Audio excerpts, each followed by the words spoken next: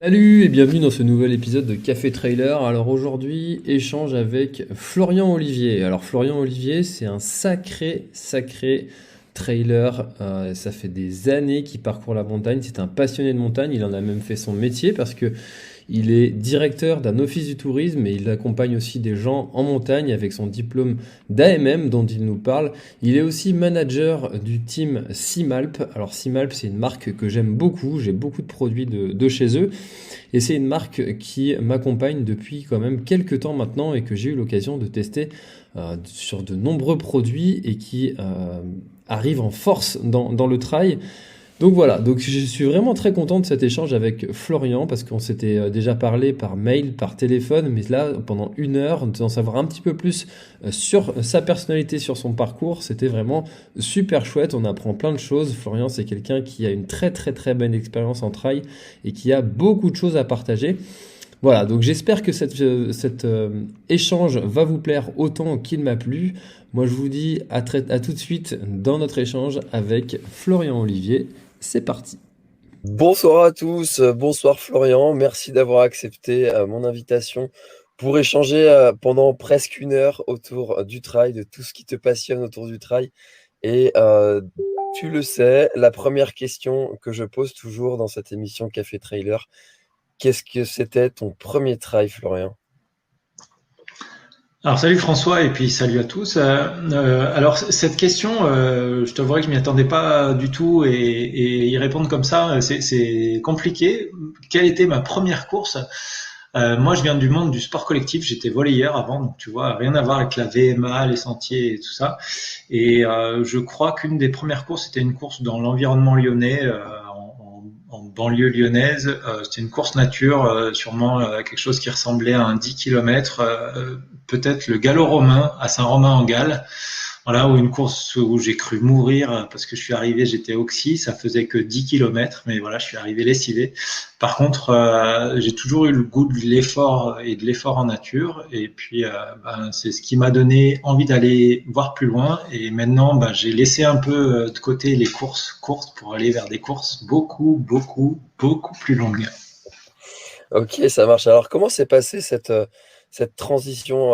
Pourquoi est-ce que tu t'es dit, tiens, je vais rallonger les distances? Qu'est-ce qui t'attire dans l'ultra?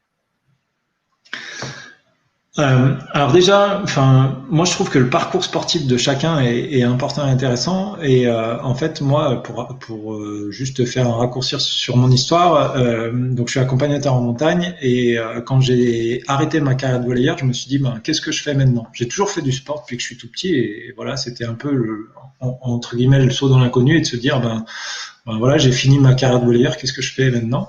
Et l'idée, ça a été de coupler le sport avec ma passion de la montagne. Et donc, naturellement, c'était le début de l'essor du trail et je me suis orienté voilà, vers ces efforts en pleine nature.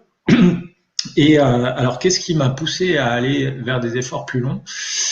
Je pense que c'est l'envie de la découverte. Alors, d'une part, de la découverte des montagnes, je viens de le dire, je suis un amoureux de la montagne et des montagnes, et souvent, quand je coche des courses sur le calendrier, mon petit plaisir, c'est de me dire, tiens, cette montagne, je la connais pas, et j'ai envie d'aller la découvrir. Et l'avantage du trail et des courses longues, c'est justement de pouvoir explorer un massif. Alors certes, à une allure un peu plus rapide que si on le faisait en itinérance, mais voilà, on explore vraiment un massif.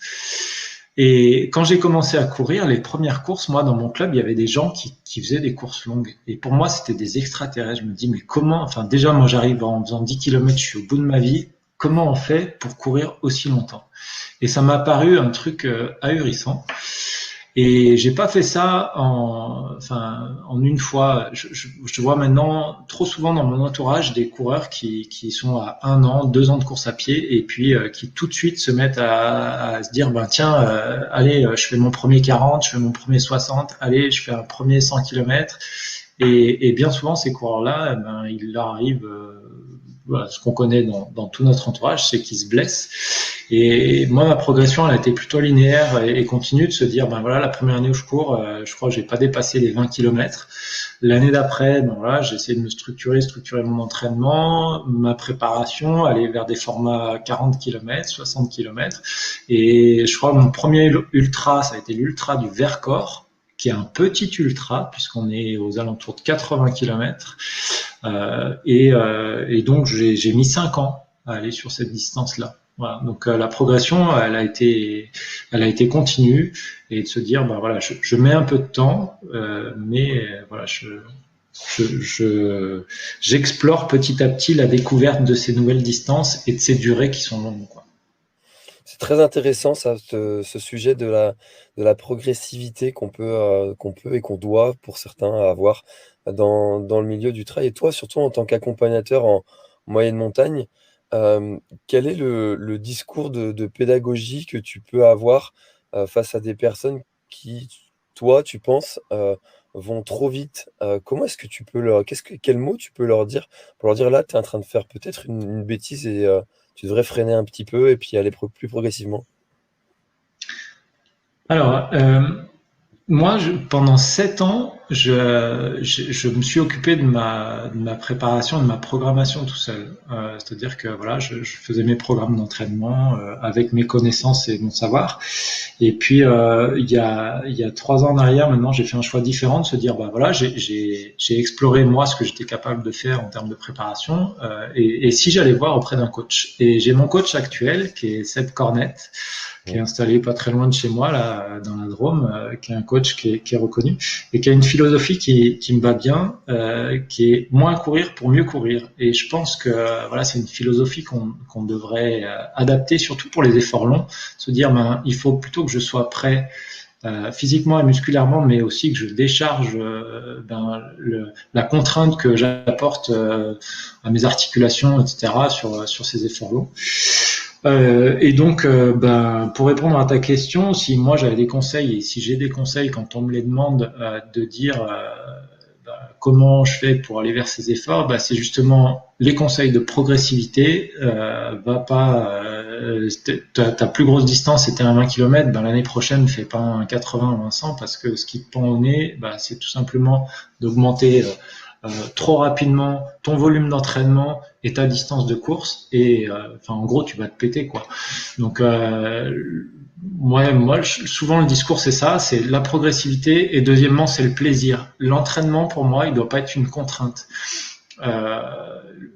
Moi j'aime beaucoup m'entraîner. L'entraînement c'est la part la plus importante de notre vie de sportif, et la compétition, j'ai l'âme d'un compétiteur aussi, c'est un peu la récompense et le cadeau, parce que voilà, on va se challenger, mais le plus gros du temps, on le passe à l'entraînement, et l'entraînement doit rester un plaisir. Donc voilà, c'est pour moi les 2 mots clés que j'ai à communiquer, c'est progressivité, plaisir. Ouais, non, c'est vrai que c'est un sujet, c'est assez perturbant parce que c'est quelque chose qu'on entend, c'est un message qu'on entend souvent de donner ces notions de progressivité.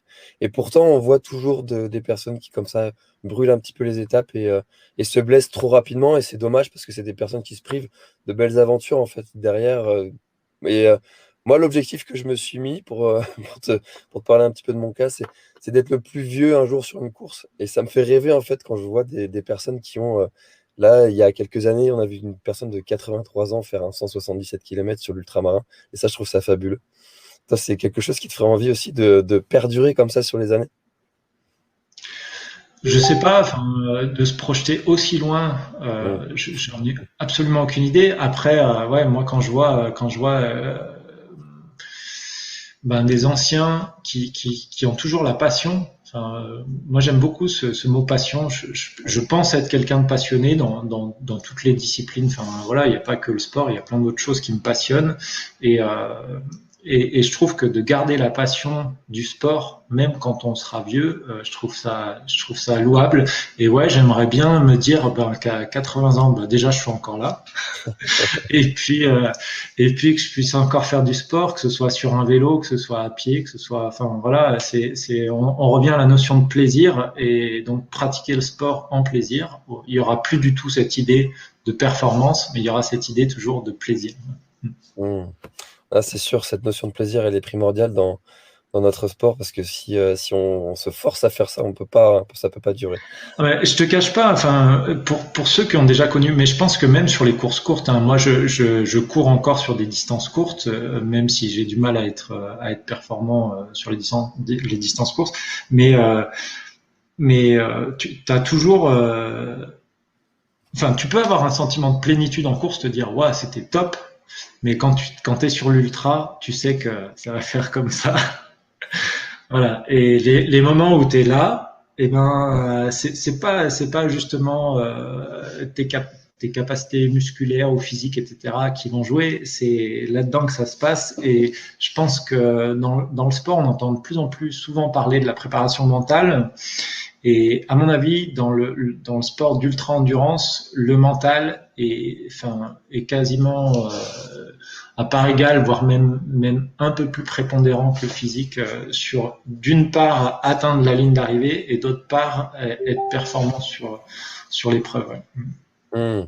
Ça, c'est quelque chose dont je suis convaincu. Il y a quelques années, on a vu apparaître les plans d'entraînement, les programmes d'entraînement qui étaient d'abord issus du milieu de la course à pied route, qui se sont adaptés au trail. Ensuite, on a vu apparaître tous ces sujets de la nutrition. On est en plein dedans en ce moment sur l'importance de la nutrition. Et je suis convaincu que le sujet d'après, qui va être de plus en plus traité par les coureurs, c'est justement ce sujet de la préparation mentale. Et alors, toi, est-ce que tu fais des exercices de préparation mentale? Est-ce que c'est quelque chose que tu intègres au quotidien ou peut-être avant tes grosses courses? Alors, moi, j'ai pas eu de démarche de curiosité. Je suis assez curieux justement sur tout l'entraînement, enfin voilà, les notions de prépa physique, etc., de diététique sportive. J'ai pas encore eu la curiosité d'aller me documenter sur la préparation mentale. Donc c'est vrai que c'est des notions que je connais pas. J'aurais un peu du mal à en parler. Après, j'ai eu la chance par différents interlocuteurs, enfin voilà, de suivre sur des webinaires enfin, où on parlait de préparation mentale, mais voilà, j'ai jamais fait appel au service d'un préparateur mental. On voit de plus en plus d'applications, de choses comme ça qui existent. Moi, je pense que je fais de la préparation mentale, mais inconsciemment. Voilà, c'est-à-dire sur la préparation d'une course, te dire ben voilà, pense à ça, avoir des images, enfin, de l'imagerie positive. Et après, pareil, en course, je pense que ça se passe aussi comme ça, c'est d'avoir des leitmotivs, d'avoir des images positives, enfin, faire appel à l'imagerie positive, enfin, voilà, avoir des mécaniques et des routines mentales qui te permettent d'aller au-delà de la douleur, d'aller au-delà de la fatigue, etc., et qui te permettent justement d'atteindre ton but. Mais non, j'ai jamais, enfin voilà, j'ai jamais eu l'occasion de le faire, mais je crois fortement en la préparation mentale.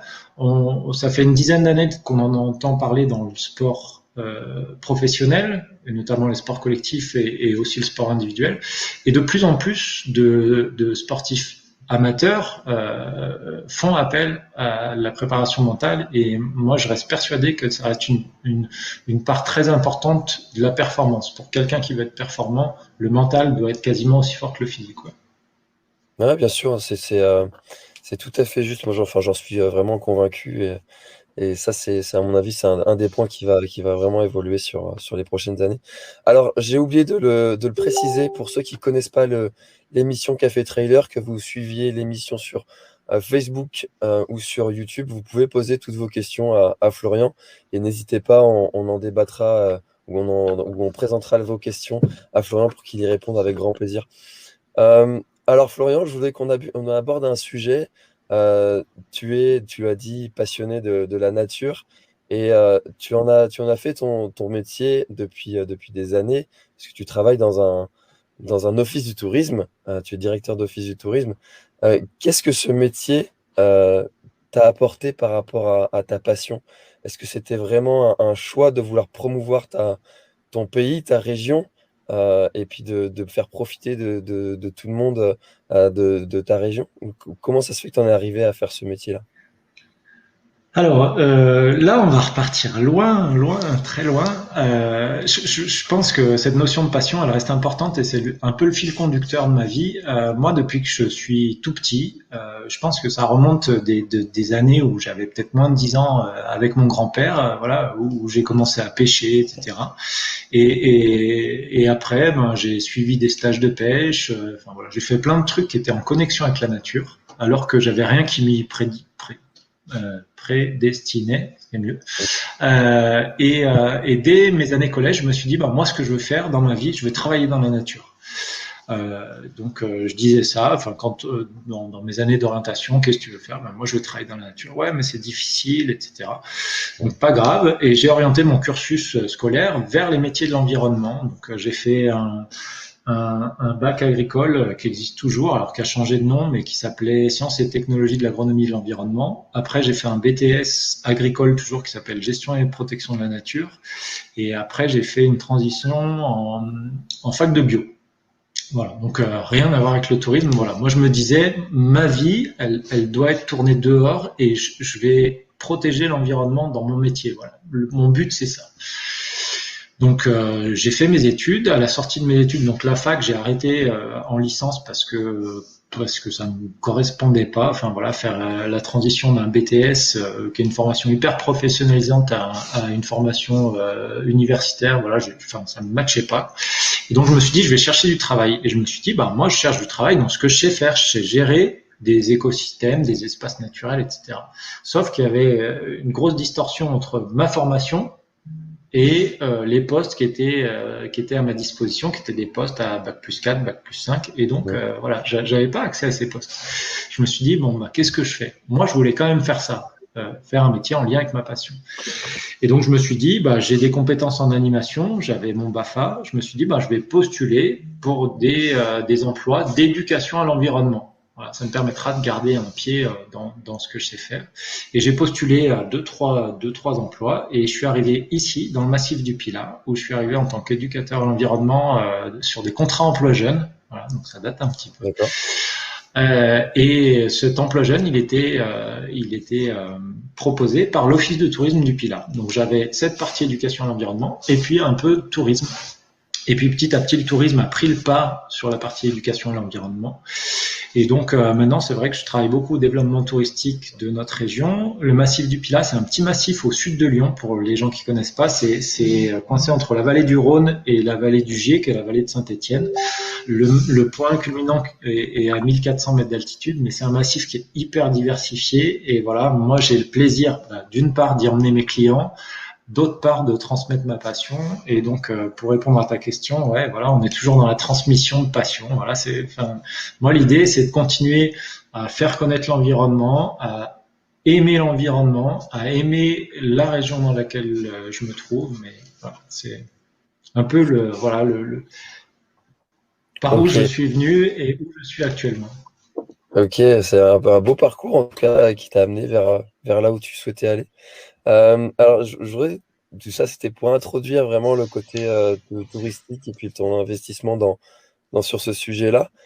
Quelle est la part de l'orientation des régions? Alors, je pense que tu connais un petit peu ce milieu-là, peut-être même au-delà de ton secteur.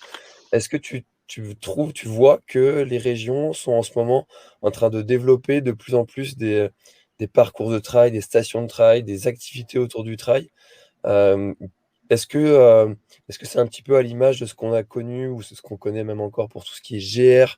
Est-ce qu'il y a un vrai investissement de la part des régions pour développer le trail dans les régions? Alors là, pour répondre à ta question, il y a deux choses. Il y a en premier lieu les stations de trail. Donc station de trail, c'est une marque déposée. Voilà. Ça veut dire que si tu veux être station de trail, il faut répondre à un cahier des charges et un engagement financier. Et voilà. Donc à l'heure actuelle, je sais pas combien. À mon avis, il y a peut-être une trentaine ou quarantaine de stations de trail en France. Mais voilà, c'est un cahier des charges établi pour entrer dans le réseau. Après, moi, si je te parle de mon massif, par exemple, il y a un choix qui a été fait par une des communes de mon massif qui a créé ce qu'on appelle un pôle trail. Donc c'est en soi un peu la même chose que station de trail, sauf qu'il n'y a pas la marque déposée. Mais le but, c'est d'assurer la promotion du trail. Donc, on sent qu'il y a un vrai engouement de la part des collectivités à promouvoir ou alors entre guillemets, ou alors à faire découvrir les territoires par la pratique du trail, parce qu'il y a un engouement de la clientèle et il y a une vraie offre touristique qui est en train de se créer là-dessus. Après, pour répondre à ta question au niveau des régions, il y a des gros programmes interrégionaux qui sont en train de se mettre en place, notamment sur l'itinérance. Et l'itinérance multimodale, on entend beaucoup parler, et c'est très à la mode, de l'itinérance à vélo, mais il y a aussi des réflexions qui sont menées sur l'itinérance en trail, c'est-à-dire pouvoir faire exactement la même chose qu'à vélo, mais en trail. Mais là, il y a une difficulté supplémentaire, c'est le portage de tout son matériel si on fait, je sais pas, 10 ou 20 jours en trail. Donc il y en a qui le font, hein, mais voilà, c'est essayer d'arriver à structurer une offre touristique pour faire du portage de bagages pour cette clientèle qui se développe sur de l'itinérance en trail. D'accord, bah, c'est vrai que, enfin, moi j'ai l'impression, hein, c'est vrai que pour pas mal voyager, de voir qu'il y a de plus en plus de parcours comme ça balisés. C'est de plus en plus facile d'aller trouver des territoires, des terrains. Enfin, c'est vrai que maintenant, avec les applications en plus modernes et les régions qui commencent à s'y investir, je trouve ça vraiment chouette. Je trouve ça vraiment chouette. Ok. Euh, et alors, toi, en tant que AMM, t'as pu justement apporter ça à ta région, j'imagine, cet engouement pour le trail? Alors, nous, sur notre territoire, sur le territoire du Pilat, il n'y a pas pour le moment, une volonté, ni au niveau de ma structure, ni au niveau politique, de développer l'off-trail, tout simplement parce qu'on a sur notre territoire pas mal d'événements trail qui existent déjà. Donc c'est une pratique plutôt associative qui s'est développée, et donc il n'y a pour le moment pas la nécessité de développer l'offre d'accompagnement. Alors nous on en fait un petit peu, hein, au sein de la structure Office de tourisme, mais c'est pas le cas. Après, moi ce que j'observe depuis maintenant 5-6 ans, et puis la mise en place du nouveau cursus AMM, c'est un vrai essor de la demande d'encadrement en trail, le développement de stage trail encadré par des accompagnateurs en montagne, et la clientèle présente pour ça, quoi. Hmm, ok. Là, c'est sûr que ça aussi, c'est pareil. C'est un sujet qu'on voit de plus en plus, les stages de trail. Et toi, tu as eu l'occasion d'en encadrer, j'imagine, en tant qu'AMM. Est-ce que tu peux nous raconter comment ça se passe, un stage de trail? Qu'est-ce qu'on y fait Alors, pendant un moi, stage? j'encadre pas de stage trail parce que ce que je te le dis, moi, pour le moment, mon activité d'accompagnateur en montagne, je la pratique uniquement dans le cadre de mon activité salariée, dans le cadre de l'office de tourisme. Et pour le moment, nous, notre office a pas choisi de s'orienter vers ce type d'offre. Nous, on propose plutôt de l'activité découverte, c'est-à-dire de l'activité à la mi-journée. Et pour quelqu'un, voilà, qui débute dans l'activité et qui souhaite structurer, justement, à obtenir des conseils pour pas faire n'importe quoi, voilà, qui vient sur ces sorties. Donc là, ce type de sortie, oui, j'en ai encadré, et ce que recherche la clientèle, c'est un vrai conseil professionnel pour structurer sa pratique, et débuter correctement. Après, sur les stages trail qui sont organisés, j'ai pas eu l'occasion d'en suivre. De ce que j'observe bien souvent, il y a des offres co-construites avec souvent un accompagnateur en montagne et après soit un guest entre guillemets, donc une tête d'affiche, soit après justement des professionnels de la préparation mentale, de l'offre d'hébergement, des soins. Enfin voilà, là ça dépend vraiment un peu de comment le professionnel souhaite structurer son offre. Mais voilà, on trouve un peu de tout. Le seul conseil que je saurais donner aux gens qui veulent suivre un stage trail, c'est vérifier bien que les personnes qui vous encadrent sont diplômées. Alors, je veux pas dire que le diplôme fait forcément la compétence, voilà, mais bien souvent, l'obtention d'un diplôme permet de pas dire trop de bêtises. En ce moment, c'est un peu la grande mode des coachs. Tout le monde se déclare coach, mais voilà, le seul truc qui fait foi, c'est quand même le diplôme. Donc voilà, vérifiez bien que les gens qui vous encadrent ont une carte d'éducateur sportif. C'est le meilleur gage de la qualité de service qui sera rendue. Ouais. Hmm. C'est bien de le rappeler, effectivement. Alors, le stage d'AMM, personnellement, c'est un stage qui m'a intéressé à un moment, mais c'est un stage qui est très compliqué. Est-ce que tu peux en parler un petit peu? C'est un stage qui est assez, Alors, c'est pas un stage, hein. C'est pas un stage, hein. Faut bien comprendre que c'est un diplôme d'État. Ouais, Donc, c'est voilà, un diplôme d'État. Un diplôme d'État, c'est un diplôme de niveau 3, donc qui est équivalent à un bac plus 3, je crois. Donc voilà, il faut comprendre que c'est un engagement sur la durée qui prend du temps, voilà, de formation, et qui prend de l'investissement et de l'investissement personnel. Donc, si on n'a aucune envie de s'investir personnellement dans la formation d'accompagnateur en montagne, c'est sûr qu'il faut pas y aller. Le diplôme d'accompagnateur en montagne, c'est un diplôme un peu historique qui fait partie de la filière alpinisme des brevets d'État, et qui a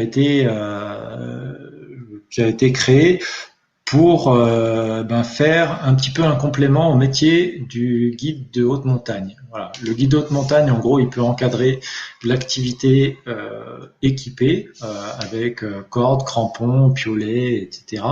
Nous, voilà, c'est un monde qui nous est interdit. Nous, on peut partir pour une course de montagne avec une corde dans le sac au cas où sur notre itinéraire on trouve un passage infranchissable et donc la corde va nous servir à nous sortir d'un passage difficile, mais on n'a pas le droit d'utiliser du matériel en l'ayant prévu.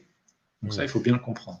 Ensuite, au niveau du cursus accompagnateur en montagne, donc il y a, comme le guide de montagne, un examen d'entrée qu'on appelle l'examen probatoire, qui comporte plusieurs épreuves. Et une fois qu'on a obtenu ce probatoire, ce passe d'entrée, on va avoir tout un tas d'unités de formation qui vont se mettre en place. Donc le premier, c'est une formation générale. Voilà, il faut obtenir cette formation générale. En gros, les deux passes, c'est le probatoire plus la formation générale. Et après, on entre dans les UF.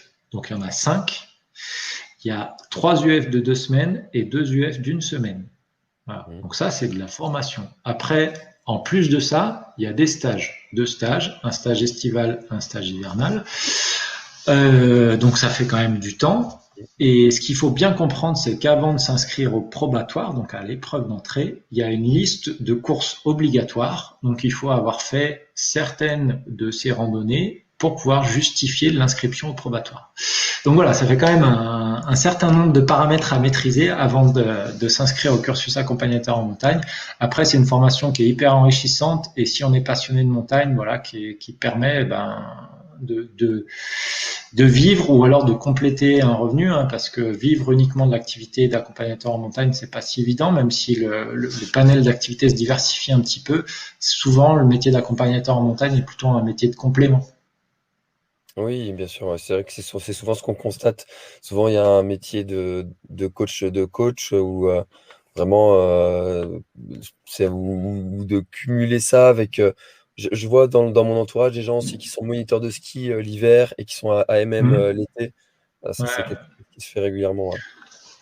Il y a pas mal de gens qui sont en reconversion aussi, qui se disent, ben ouais, moi, ma vie d'ingénieur, ça me passionne pas en fait, et je vais garder une partie de mon temps de travail, je sais pas, le début de ma semaine jusqu'au jeudi où je fais mon métier d'ingénieur, et puis du vendredi au dimanche, voilà, j'ai le métier passion.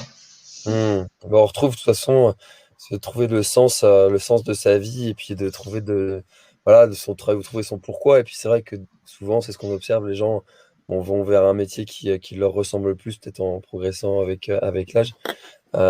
Ok. Et alors, Florian, j'aimerais bien qu'on aborde une autre facette de ta personnalité, de ce que tu as fait, ce que tu as accompli, parce que c'est quelque chose que tu ne fais plus maintenant. Mais tu as été aussi organisateur de courses. Est-ce que tu peux nous dire qu'est-ce qui t'a attiré dans le fait d'organiser une course et qu'est-ce qui t'a fait, parce que ça aussi c'est de l'investissement, c'est du temps. Qu'est-ce qui a fait que ça t'est attiré d'aller organiser une course? Je crois qu'on va revenir au mot passion. Tu vois, c'est pareil, c'est le fil conducteur de ma vie, mais c'est le fil conducteur de notre échange. En fait, moi, dès que j'ai quitté ma carrière de volleyeur, je me suis inscrit dans une association qui s'appelle le Jogging Club de Vérane, qui est organisateur d'une course, qui est une course un peu historique, puisqu'elle a plus de 30 ans maintenant, qui a porté plein de noms, mais le nom actuel, c'est le Pilat Trail. Et voilà, moi j'ai commencé, je suis arrivé à petits pas puisque j'étais un nouveau coureur dans cette association. Et puis petit à petit, voilà, j'ai souhaité m'investir un peu plus. Donc je suis entré au bureau de l'association. Donc l'association, il faut aussi qu'elle puisse, si elle veut proposer des sorties, etc., avoir des rentrées d'argent. Et donc souvent on organise, je sais pas, le tournoi de foot du coin, la loterie. Et donc pour une association de course à pied, bien souvent c'est un événement. Et donc voilà, nous c'est cette course-là. Et à l'époque où je suis entré au bureau, les organisateurs, les directeurs de course étaient deux. Voilà, pour diriger le Pilat Trail, et voilà, avait annoncé en disant, nous, ça fait 3 ans qu'on est à la direction de course et ça prend du temps, etc. Voilà, on souhaite prendre du recul. Et moi, je me suis dit, j'ai toute mon expérience professionnelle d'accompagnateur en montagne, j'ai toute la connaissance du terrain, du massif du Pilat que j'arpente depuis près de 20 ans. J'ai tout mon réseau personnel et professionnel de l'office de tourisme et du parc, puisque en fait l'office de tourisme est situé dans les locaux du parc naturel régional du Pilat. Et je me suis dit, tout ça mis bout à bout fait que je me sens les épaules assez solides pour organiser un trail. C'est vrai que quand on est coureur et qu'on accroche juste notre petit bout de papier avec nos 4 épingles, on n'imagine pas tout ce qu'il y a derrière. Mais l'organisation d'une course, c'est vraiment quelque chose de très complet et très complexe. Et c'est pour ça que à chaque fois qu'on m'interroge à l'arrivée d'une course au micro, j'ai toujours un mot ému pour les organisateurs et pour les bénévoles, parce que c'est un boulot de dingue d'organiser une course. Donc voilà, j'ai fait ça pendant 4 ans. Avec une équipe qui m'entourait, qui était aussi passionnée que moi, etc. Après, maintenant, j'ai tellement d'activités perso et pro qui me prennent du temps que voilà, je les avais prévenus aussi en disant, je prends un peu de recul. Voilà, j'ai plus le temps de m'occuper de la course comme je le voudrais, donc je préfère passer la main. Ça, c'était en 2019. On connaît la suite. 2020, pas de Pilat Trail. 2021, pas de Pilat Trail. Voilà.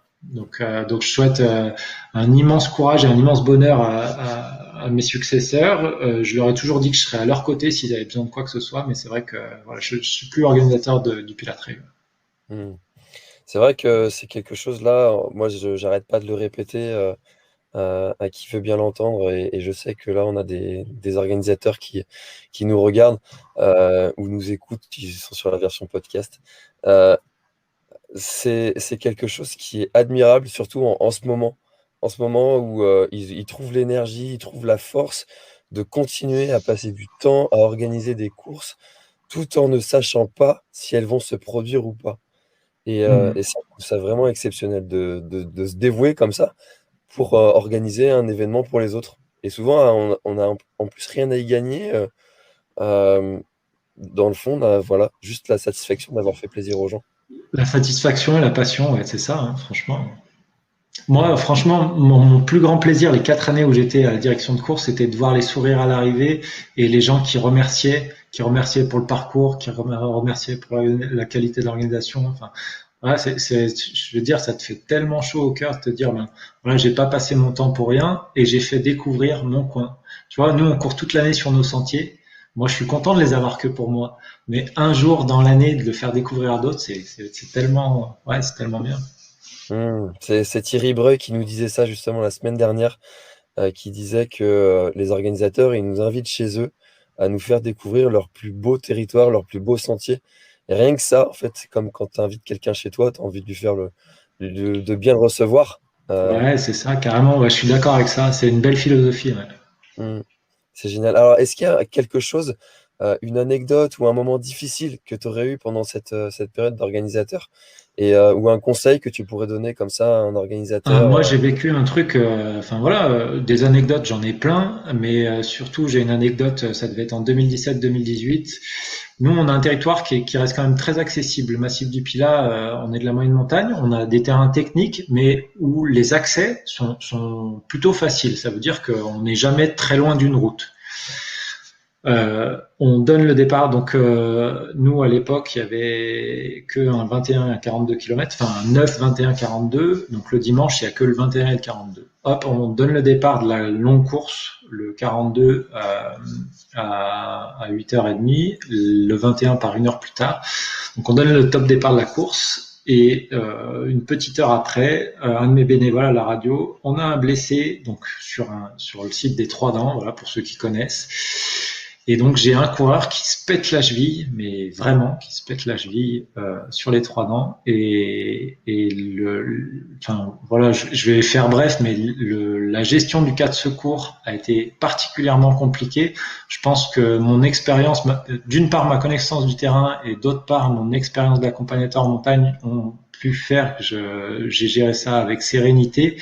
J'ai eu une équipe de bénévoles et mon médecin-chef qui ont été au top et qui ont permis de gérer le secours qui a été compliqué. On a mis plus de 3 heures à sortir le trailer de ce coin-là.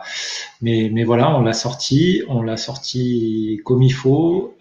Et puis, c'est quelqu'un qui nous écoute peut-être ce soir ou qui nous écoutera en podcast, avec qui on a correspondu pendant longtemps, puisqu'il a mis quand même près de 2 ans et plusieurs opérations de la cheville pour se remettre de ça. Mais il nous a fait le plaisir de revenir. Moi, je crois qu'en fait, ça a dû se passer en 2017 et il est revenu courir en 2019. Donc, tu vois, c'était un joli clin d'œil. Donc, c'est une belle anecdote qui aurait pu laisser, enfin voilà, des mauvais souvenirs, mais en fait, les souvenirs sont hyper positifs. C'est génial. C'est quelqu'un qui a voulu prendre sa revanche sur cette course. C'est super. Ça, donc, je connais pas les Trois Dents, mais pour mettre 3 heures à venir chercher quelqu'un, j'imagine que ça doit être un endroit un petit peu technique quand même. Ouais, mais je t'invite avec grand plaisir à venir courir chez moi. Franchement, je te ferai découvrir justement tous les coins secrets. Il n'y a pas de souci, ça sera avec le plus grand des plaisirs. Eh ben, écoute, à s'organiser ça rapidement. Mais là, je crois que ça se voit un petit peu à ma tête. J'ai un petit peu besoin Ouais, de récupérer pour l'instant. j'ai suivi tes aventures. Ouais. Alors, je voudrais qu'on aborde maintenant, ça fait déjà 35 minutes qu'on est ensemble, et on n'a toujours pas parlé de Simalp. Alors, je voudrais savoir comment s'est passée la rencontre entre Florian et Simalp. C'est une histoire d'homme, en fait. C'est pareil, c'est une histoire d'homme, c'est une histoire de passion. En fait, en 2012, donc ça remonte un peu, je crois que maintenant je suis quasiment le plus vieux de l'entreprise. On en parlait aujourd'hui dans les bureaux. Je suis quasiment le plus vieux de l'entreprise, c'est assez marrant. En 2012, Lionel Marsan, qui est le directeur actuel de la marque, qui est à peine plus âgé que moi, envoie un mail dans le réseau des accompagnateurs en montagne. Donc c'est pour ça que j'ai eu cette information. Donc moi je connaissais déjà la marque, j'étais utilisateur de quelques produits. Et donc il envoie un mail en me disant je cherche des nouveaux canaux de vente de ma marque et j'aimerais faire de la vente en réunion. Est-ce que vous êtes intéressé? Donc ça, à la base, accompagnateur en montagne de France. Moi je réponds, enfin voilà, connaissant la marque et tout ça, je dis ouais, moi je suis intéressé. Voilà, en détaillant un petit peu ma réponse. Passe 1 mois, 2 mois, 3 mois, pas de réponse. Je relance, je renvoie un mail. Et là, Lionel m'appelle un jour en disant non, mais c'est pas tombé dans les oubliettes. Justement, ton profil m'avait intéressé. On se rencontre. Et donc, on se rencontre. Je vais chez Simalp, donc à peu près à 3 quarts d'heure de chez moi. Et donc, le contact match tout de suite. Et donc, le premier rôle que j'ai auprès de la marque, c'est de faire de la vente en réunion. J'aurais pu vendre des sous-vêtements, j'aurais pu vendre des jouets, j'aurais pu vendre des boîtes en plastique. J'ai vendu du matériel de montagne. Ça tombe bien, je suis passionné, je connaissais les vêtements, voilà, ça a marché. Un jour, en 2014, il m'appelle. Voilà, on était en contact régulier, mais il m'appelle en 2014 en disant Flo, je vais lancer mes premiers produits trail. Je sais que tu cours un peu. Est-ce que tu connaîtrais quelqu'un qui voudrait être l'ambassadeur de la marque? Je dis oui, moi j'ai un réseau qui commence à être sympa, je peux te trouver des gens. Je dis après, moi tu sais, je cours un peu, je suis pas champion du monde, mais j'ai des résultats qui sont corrects. Et si tu veux, moi connaissant tes produits, je peux jouer ce rôle d'ambassadeur. Ah oui, tiens, j'y avais pas pensé, pas de souci. Donc je prends le rôle d'ambassadeur de la marque sur la partie trail et rando, puisqu'il y a un ambassadeur alpiniste qui est Fred Souchon. S'il nous regarde, je lui fais un gros bisou à Fred. Donc ça, et puis en 2016, moi je lui dis Lionel, si tu veux vraiment qu'on perce le marché du trail, faut qu'on s'entoure d'athlètes, faut qu'on fasse du bruit, faut qu'on fasse parler de nous, et faut qu'on crée un team trail. Donc ça en 2016, sauf que Simalp dans le monde du trail était pas hyper connu. Enfin voilà, c'est une marque qui était plutôt connue dans le monde de la rando et de l'alpinisme. Et donc on lance un recrutement sur les réseaux sociaux. Et moi, mon but, ça a été, donc c'est moi qui ai pris en charge ce dossier-là, ça a été de recruter des coureurs qui étaient au-delà d'être performants, des coureurs qui étaient comme moi passionnés, qui croyaient en la marque, et aussi qui étaient des coureurs qui avaient un réseau. Alors pas forcément sur les réseaux sociaux, mais qui avaient, qui étaient soit coach, soit, enfin voilà, qui pouvaient faire du bruit et faire parler de la marque. Donc ça, c'est le premier recrutement en 2016. Et puis petit à petit, la marque a continué à développer des produits, à gagner en compétences et en technicité sur les produits trail, et puis à continuer à faire parler d'elle en bien. Et puis moi, ça m'a permis d'aller petit à petit, comme ça, chaque année, par petites touches, et ben aller chercher des nouveaux athlètes, des athlètes qui étaient toujours avec le même profil, qui avaient des valeurs qui correspondaient à la marque. Et puis, pour arriver à l'équipe actuelle, moi l'idée c'est pas d'aller chercher des noms pour aller chercher des noms. On reste Simalp, voilà, on reste à notre place. Mais voilà, chaque année le but c'est d'aller chercher des athlètes à fort potentiel sportif, mais qui restent des passionnés, qui partagent les mêmes valeurs que l'entreprise. Et donc après, au-delà de ça, en 2019, l'entreprise me propose d'intégrer Simalp. Et donc, depuis 2019, j'ai réduit mon temps de travail à l'office de tourisme, où je suis passé à 80%, et j'ai intégré l'entreprise Simalp pour 20%. Donc tous les mercredis, on est mercredi. Aujourd'hui, j'avais ma casquette Simalp, voilà, pour aller au bureau à Valence. D'accord, ça apporte un petit peu de mixité, de diversification. C'est hyper intéressant. Franchement, moi j'adore ça parce que en fait ça coupe ma semaine. C'est deux mondes qui sont, pour preuve, la journée que tu as dû vivre aujourd'hui dans le cadre du Daily Trail a dû parler de ça. Moi j'ai deux mondes qui sont très proches, très interconnectés, et en fait c'est hyper plaisant voilà, d'avoir deux bureaux, d'avoir différents collègues, différents sujets. Moi je trouve ça hyper enrichissant. Et puis, quand on fait un métier passion, finalement, est-ce qu'on a l'impression de travailler? Je ne suis pas vraiment sûr. Ouais, je te rassure, si. Oui, quand même. Oui, il y a la passion, mais je travaille quand même. Ouais, non, mais souvent, c'est quelque chose que je me dis quand je suis en train de travailler sur mes projets. On peut être samedi, dimanche, j'ai pas l'impression d'être au travail, comme on peut l'entendre. Je prends pas le métro pour aller au boulot, Ouais, métro on est boulot. d'accord. C'est ce que je veux dire. Ouais, on est d'accord. Alors, il y a Jocelyn justement qui pose une question et qui est curieux d'en savoir un peu plus sur la marque, origine, production, projet, caractéristiques spécifiques. Comment est-ce que vous arrivez à sortir du lot dans toute cette... Parce que c'est vrai que maintenant, il y en a beaucoup, des marques qui font du trail. Alors, l'origine, donc c'est une marque qui est pas récente, Simalp. Souvent les gens disent tiens, je viens juste d'entendre parler de Simalp. C'est une marque qui est née en 64 quand même, voilà, donc qui a une histoire qui est derrière elle. Le produit originel de Simalp, c'est ce qu'on appelle un knickers. C'était le pantalon corsaire 3/4 des montagnards en velours coquet. Là, je pense que tout le monde a l'image du montagnard avec son 3/4, ses grosses chaussettes et ses grosses chaussures. Donc voilà, ça c'était le savoir-faire de la marque. Et puis on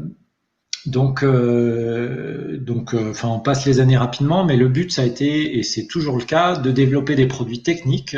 L'idée de Simalp, c'est faire avant tout des produits techniques avec un positionnement prix satisfaisant et intéressant pour nos clients, et porteur de valeurs fortes. Donc les cœurs de marché de Simalp, c'est, on l'a dit, la rando et l'alpinisme, puisque c'est un peu les secteurs historiques de l'entreprise. Et après, c'est les autres univers de la montagne, notamment le trail depuis 2014, je l'ai dit, le ski, que ce soit ski alpin ou ski de fond. Voilà. Et puis après, on a aussi une gamme un peu historique qui était une demande de notre clientèle, qui était la gamme voyage pour les gens qui partent sur des treks ou expéditions en randonnée à l'étranger. Voilà, on a une gamme hyper légère, anti-moustique. Voilà, ça c'est un peu l'ensemble des univers Simalp.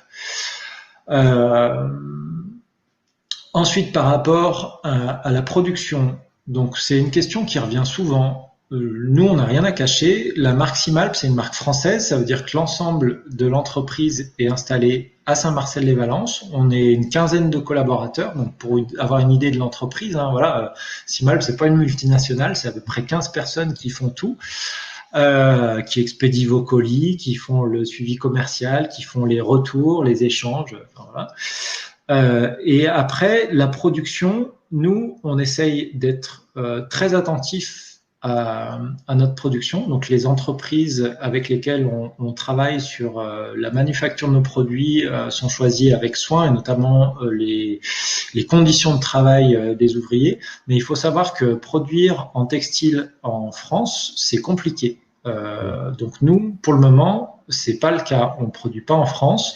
En fonction de nos productions, alors c'est vrai qu'il y a une grosse partie de nos produits qui sont conçus en Asie. Après, on a aussi une partie qui est produite en Europe.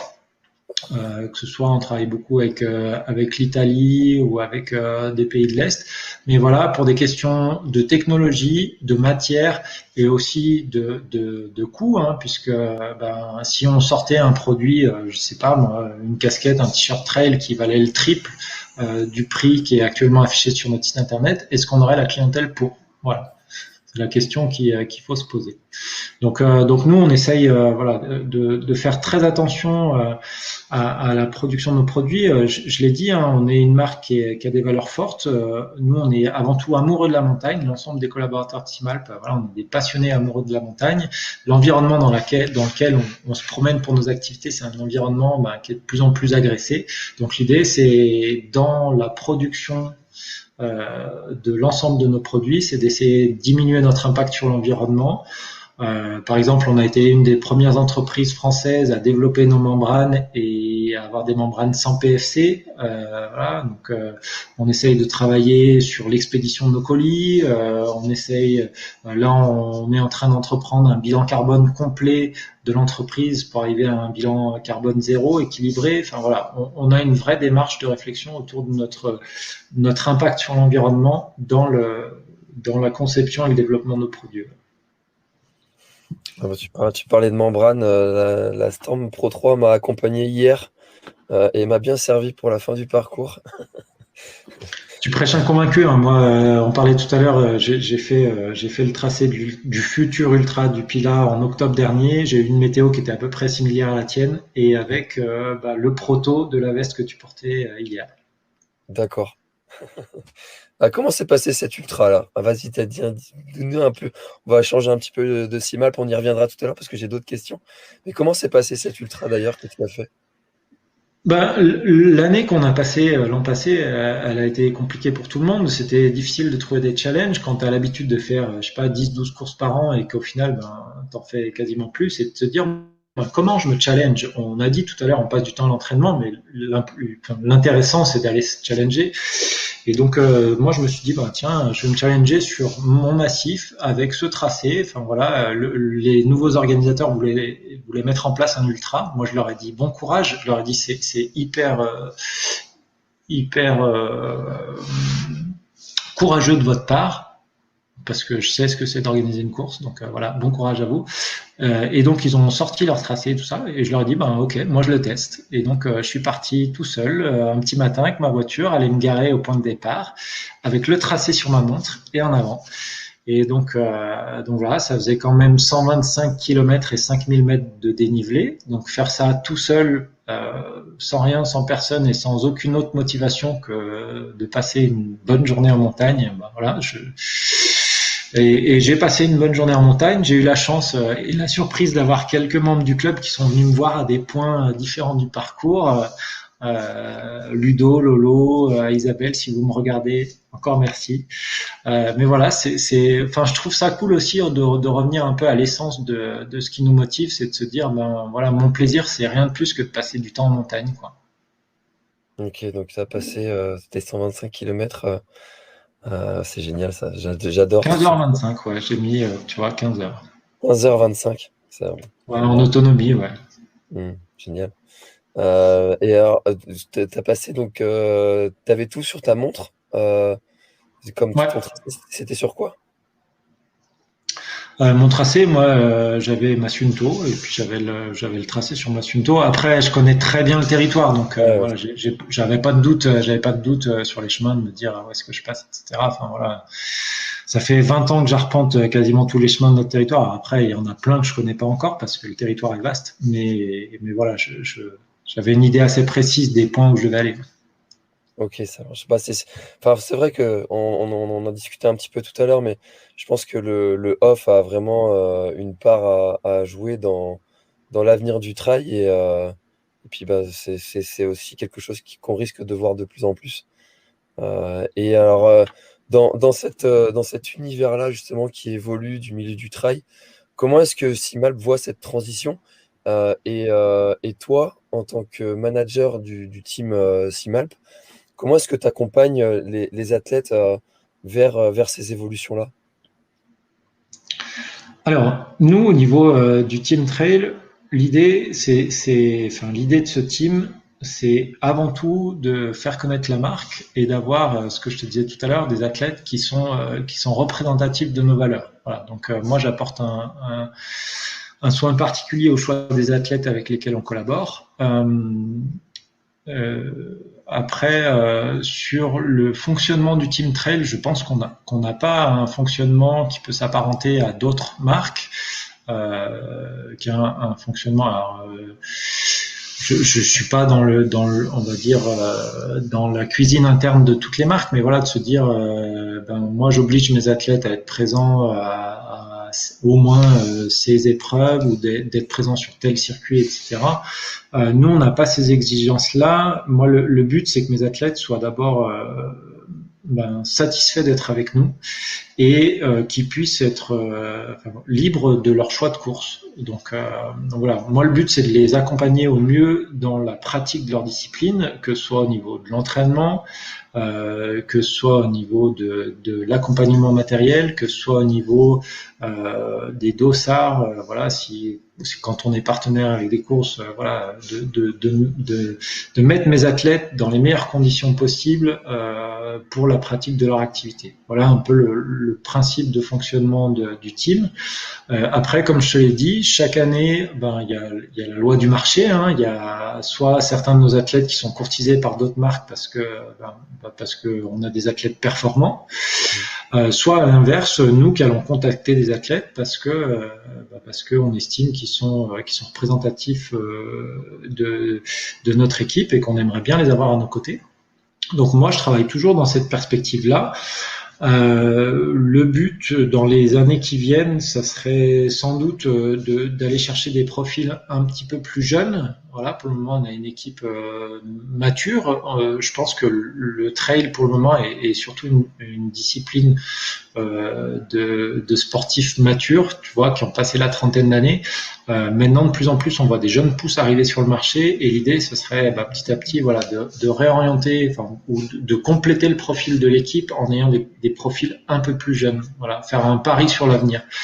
Et après, sur la partie off, nous, on essaye de faire ça en interne. Pas mal d'équipes l'ont fait l'an passé, ont mis en place des challenges ou des traversées en équipe. Nous, on a fait ce type de choses sans forcément communiquer plus, mais à terme, c'est une demande des athlètes de se dire, est-ce qu'on pourrait faire des challenges ensemble, ou des trail off ensemble, de se dire, on choisit un massif et on se fait une traversée tous ensemble, tout simplement pour partager des tranches de vie. Ouais. Ah, toi aussi, tu utilises le terme tranche de vie? Ouais, je pense que c'est assez évocateur de ce que c'est. Nous, on parle souvent de famille. Alors, je pense que chaque équipe parle de famille, mais nous, on a une famille d'entreprise. Ce que je te disais, on est une quinzaine, donc on est assez liés au niveau de l'entreprise, mais aussi au niveau des athlètes. Moi, c'est des athlètes, j'aime bien la fidélité, donc les athlètes qui sont dans l'équipe actuellement sont tous là depuis 2 ans voire plus, et donc l'équipe est assez jeune, hein, je t'ai dit, créée en 2016, mais voilà, la plupart des athlètes sont là quasiment depuis le début ou depuis le début, et l'idée c'est de les garder à nos côtés et de continuer cette relation de fidélité entre nous, et donc passer des tranches de vie, ouais, comme les souvenirs et les albums photos que tu regardes, je sais pas, avec ta tante ou ton grand-père. Là, c'est pareil, c'est des tranches de vie qu'on a partagées avec la famille Simalp, quoi. C'est tout à fait ça, c'est vrai. C'est vrai parce que finalement, on a toujours ces souvenirs qui nous restent des trails et qui manquent à tant de personnes. en ce moment. Et du Moi, coup, je peux te parler d'un souvenir. Enfin, moi, j'ai fait rentrer un athlète dans mon équipe qui s'appelle Benoît Duprat, qui est un Lyonnais, qui est un super gars. Et le premier souvenir que j'ai avec lui, c'est l'UTMB 2016 ou 17, je sais plus, où en fait, on s'est checké sur la ligne de départ parce qu'on avait fait l'UTCAM ensemble, on avait fait le Mercantour ensemble. On s'est checké, on s'est salué au départ, on a dit bonne course. Et puis, arrivé, où est-ce qu'on était? On était après les Contamines, là. Hop, on s'est retrouvés, tu vois, au milieu des je sais pas combien de milliers de trailers, on s'est retrouvés. Et on a passé la course ensemble et on a fini l'UTMB en 29 heures ensemble, tous les deux, alors dans des conditions toutes pourries. On a eu -10 au Grand Col Ferret, la neige et tout ça. Mais voilà, c'est une tranche de vie qu'on a passé ensemble. 30 heures d'effort. Alors, peut-être pas 30 heures parce qu'on a dû se rejoindre, je sais pas, au bout de 5 heures de course. 3, 4, 5 heures. Mais voilà, on a partagé un vrai moment de vie ensemble, quoi. ouais, puis enfin, de toute façon, quand il y a les émotions qui se mettent dans le lot, eh bien, tout de suite, ça intensifie les relations et les souvenirs qui vont avec. Et puis, comme je le disais, c'est ça hein, qui manque à énormément de coureurs en ce moment. C'est pas forcément le t-shirt finisher dont tout le monde finalement se fiche un petit peu, mais c'est tous ces moments d'émotion, ces tranches de vie là qui nous manquent. Et alors, comment est-ce que une marque comme Simap, qui quand même, tu l'as dit, même si elle vient d'arriver dans le milieu du trail depuis quelques années, c'est quand même une marque qui est assez historique quand même. Euh, Comment est-ce que vous vous adaptez face au Covid et face à l'annulation des courses? Comment est-ce qu'il y a eu des adaptations? Et si oui, qu'est-ce que ça a été? Alors nous, le monde des courses, c'est pas un monde qui nous est indispensable puisque en fait nous, on est partenaire de certaines courses qui nous démarchent pour les accompagner, que ce soit sur la partie dotation, etc. Mais voilà, on n'a pas forcément, on n'est pas forcément dépendant du monde de l'événementiel pour pouvoir exister. Bien qu'on soit très conscient, et c'est ce que tu disais tout à l'heure, moi j'ai une pensée émue pour l'ensemble de ces organisateurs qui doivent souvent annuler leurs courses au dernier moment, etc. Enfin voilà, moi je suis assez solidaire parce que j'ai été pendant longtemps organisateur. Mais voilà, le monde de la course a pas eu, enfin l'annulation des courses a pas eu un impact hyper important sur l'activité Simalp. Et après, l'autre particularité de notre marque, ça a été lorsqu'elle a été rebâtie dans les années 2010 par Lionel, le choix qui a été fait au niveau commercial, ça a été principalement de faire de la vente en ligne. Voilà, il a été un des précurseurs, on va dire, dans les marques outdoor à se vendre en ligne dans les années 2010 ou un peu avant. Et donc, c'est toujours le cas actuellement. Ça veut dire que la marque commercialise ses produits quasiment exclusivement sur Internet. Donc, avec la réorientation des modes de consommation de la clientèle, alors dans tous les domaines, hein, mais voilà, on entend tous que la consommation sur Internet a explosé en 2020. Et ben, après le chaos du mois de mars 2020, voilà, la marque petit à petit a retrouvé une activité normale et a connu des épisodes dans l'année passée et même là dans ce début d'année, des épisodes de croissance importants parce que je pense que l'ensemble de la population française, française et mondiale, a un besoin de reconnexion à la nature. Qui dit reconnexion à la nature souvent dit besoin de m'équiper, et besoin de m'équiper, je vais chercher des produits en ligne, et souvent moi je vais chercher des marques références, et sur la partie rando alpi ou trail, voilà, on est une marque qui est qui compte, quoi. Hmm. Ah, c'est sûr que ça a On dû a être. souvent des avis très positifs sur la qualité de nos produits, sur la technicité, sur le prix, etc. Ah bah c'est pas moi qui vais dire le contraire, hein, en toute objectivité en plus parce que c'est des produits que j'ai utilisés alors pour les personnes qui connaissent pas et qui suivent pas mes aventures, c'est des produits que j'ai utilisés sur le GR20 pendant 5 jours, sur le GRP sur les 120 km. J'ai utilisé la veste Homme Pro 3 pendant l'AIR sur les 80 km de la Maxi Race et je confirme, c'est vraiment de très bons produits. et que j'ai plaisir à mettre.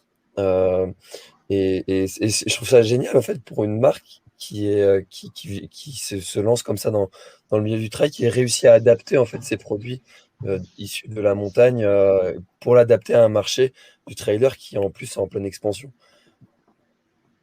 Ouais, on a un savoir-faire, enfin voilà, je pense qu'on a un savoir-faire, une connaissance de la montagne qui nous permet de décliner des produits intéressants dans l'ensemble des activités ouais, de la pratique montagne. Mm. Euh, alors Florian, on arrive déjà au terme de cette heure d'échange. Euh, Où est-ce qu'on peut suivre l'ensemble de tes aventures, l'ensemble de... Alors les aventures de Simalp, ça va être assez simple en tapant Simalp, mais est-ce que toi, si on veut suivre tes aventures, est-ce qu'il y a un endroit où on peut te suivre? Alors, pour Simalp, c'est facile, hein, c'est simalp.fr ou alors les réseaux sociaux de Simalp. On est assez présent sur Instagram et sur Facebook. Moi, ma petite personne, elle importe peu, mais si les gens, voilà, veulent me contacter, échanger, enfin, vous l'avez compris, je suis passionné, donc voilà, veulent discuter ou suivre ce que je fais. Moi, j'essaye aussi d'être assez présent sur les réseaux sociaux. Soit sur mon Facebook personnel, soit après sur mon Instagram, c'est pas compliqué, c'est Flo comme Florian et Simalp comme Simalp. Flo Simalp. Ça marche. Et alors, Florian, je termine toujours mes échanges par la même question. Qu'est-ce qu'on peut te souhaiter pour cette année 2021? Alors, ça peut être aussi bien professionnel que personnel que sportif. Tu as le choix dans cette réponse. C'est vraiment ton moment. S'il y a quelque chose que tu as envie d'ajouter à notre échange, qu'est-ce qu'on peut te souhaiter pour Alors, 2021? je pense qu'on va déjà se souhaiter à tous ceux qui nous écoutent, c'est se souhaiter des tranches de vie. On parlait de tranches de vie, bah, c'est retrouver des moments où justement on n'est pas masqué, et où on peut retrouver des moments conviviaux. Je pense que ça nous manque vraiment, la convivialité. On parlait tout à l'heure des après-courses, partager une bière ou quoi. Enfin voilà, moi je trouve que c'est vraiment important. Donc ça, c'est ce qu'on peut se souhaiter. Et moi, ce qu'on peut me souhaiter, moi, c'est continuer à être en bonne santé et à partager des belles bandées en montagne. Voilà, je crois que ma dernière, on parlait tout à l'heure de la traversée du Pilat, etc., mais la dernière grosse émotion en course, c'était la Diagonale des Fous en 2019. Donc voilà, Ouais. c'est retrouver le plaisir des longues traversées en montagne. Eh ben, écoute, j'aurais pas clôturé mieux que ça parce que c'est vrai que c'est quelque chose qui, encore une fois, manque à beaucoup. Et puis, c'est vrai qu'on en a tous un petit peu marre de cette situation. Mais bon, on s'adapte. On est des trailers, on fait face à la Exactement. situation et on s'adapte. Voilà. Bah, écoute, merci beaucoup, Florian, d'avoir partagé Merci à ton toi. expérience. C'était vraiment très enrichissant d'en connaître un petit peu plus sur ton parcours, sur la marque aussi, CIMAP. C'était intéressant aussi de connaître l'histoire. Merci beaucoup pour tout. Et puis, bah, très très bonne soirée à tous et à bientôt. À bientôt. Salut François. Et puis repose-toi bien. T'as l'air Ouais, fatigué. j'y vais tout de suite. Voilà, alors je vous avais pas menti, hein, cet échange il était vraiment très très riche. Si vous en êtes là, c'est que ma voix qui était complètement cassée suite à la Maxi Race en off que j'ai fait ne vous a pas trop dérangé. C'est que aussi cet épisode vous a plu et si c'est le cas, eh ben, écoutez, n'hésitez pas à le partager, à le faire savoir autour de vous. C'est ce qui m'aide le plus à faire connaître ce podcast Café Trailer pour inviter des invités toujours de plus en plus prestigieux et pourquoi pas un jour avoir des dieux ultimes du trail running, notre meilleur sport, le plus beau sport de tous les temps. Voilà, et bien écoutez, en attendant de partager cet épisode, n'hésitez pas à le noter aussi 5 étoiles sur l'application de podcast que vous utilisez, à commenter, partager.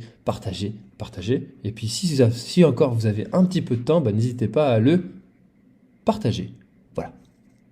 Je n'ai rien d'autre à ajouter sur cet épisode. Moi, je vous dis à très très bientôt dans un prochain épisode de Café Trailer. C'était François et Florian. Bye bye.